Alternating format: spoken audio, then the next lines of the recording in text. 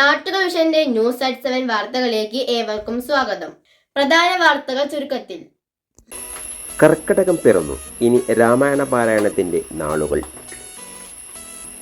ഇന്ന് കർക്കിടകം 1.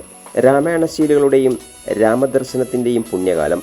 രാമായണ മാസാചരണത്തിന്റെ ഭാഗമായി ഇന്നു മുതൽ 30 ദിവസത്തേക്ക് വീടുകളിൽ രാമായണ പാരായണം നടക്കും. കർക്കിടകം 1 തുടങ്ങി മാസം അവസാനിക്കുമ്പോൾ രാമായണം വായിച്ച് തീർക്കണമെന്നാണ് വിശ്വാസം. ക്ഷേത്രങ്ങളിൽ ഇന്ന് പ്രത്യേക പൂജകളുമായിട്ടാണ് രാമായണ മാസാചരണം ആരംഭിക്കുന്നത്.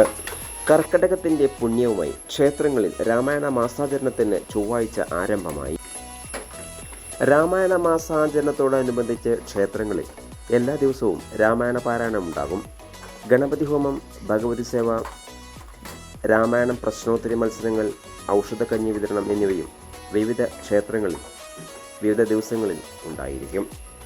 ജൂലൈ 16 മുതൽ ഓഗസ്റ്റ് 16 വരെയാണ് രാമായണ മാസാചരണം. വാഴയങ്കട നരസിംഹമൂർത്തി ക്ഷേത്രത്തിൽ രാമായണ മാസാചരണം വിപുലമായ ആഘോഷ പരിപാടികളോടെ നടത്തുമെന്ന് ക്ഷേത്രം ഭാരവാഹികൾ അറിയിച്ചു. രാവിലെ ക്ഷേത്രം മേൽശാന്തി മോഹനകൃഷ്ണൻ എമ്പ്രാന്തരുടെ കാർമ്മികത്വത്തിൽ ദീപപ്രജ്വലനം നടത്തിയാണ് ആഘോഷങ്ങൾക്ക് തുടക്കമായത്. തുടർന്ന് പാരായണവും ഉണ്ടായി. കർക്കിടക മാസാചരണത്തിൻ്റെ ഭാഗമായി പല വീടുകളിലും വെളിക്കുത്തൽ എന്നൊരു ചടങ്ങും നടന്നു വരുന്നുണ്ട്. ദശപുഷ്പങ്ങളും മഞ്ഞൾ തൈയും താളും ഒരു മണ്ണുരുളയിൽ കുത്തി നിരത്തി പുരപ്പുറത്തേക്ക് എറിയുന്നതാണ് ചടങ്ങ്.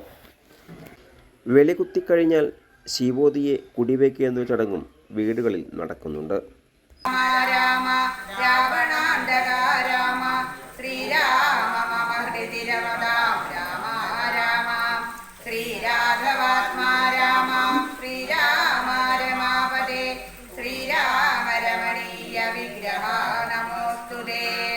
നാരായണായ നമോ നാരായണായ നമോ നാരായണായ നമോ നാരായണായ നമ. ശ്രീരാമനാമം പാടി വന്ന പൈങ്കിളി പെണ്ണെ, ശ്രീരാമചരിതം നീ ചൊല്ലിടൂ മടിയാതെ. ശാരിക പൈതൽ താനും വന്ദിച്ചു വന്ദ്യന്മാരെ, ശ്രീരാമസ്മൃതിയോടെ പറഞ്ഞു തുടങ്ങിനാൾ.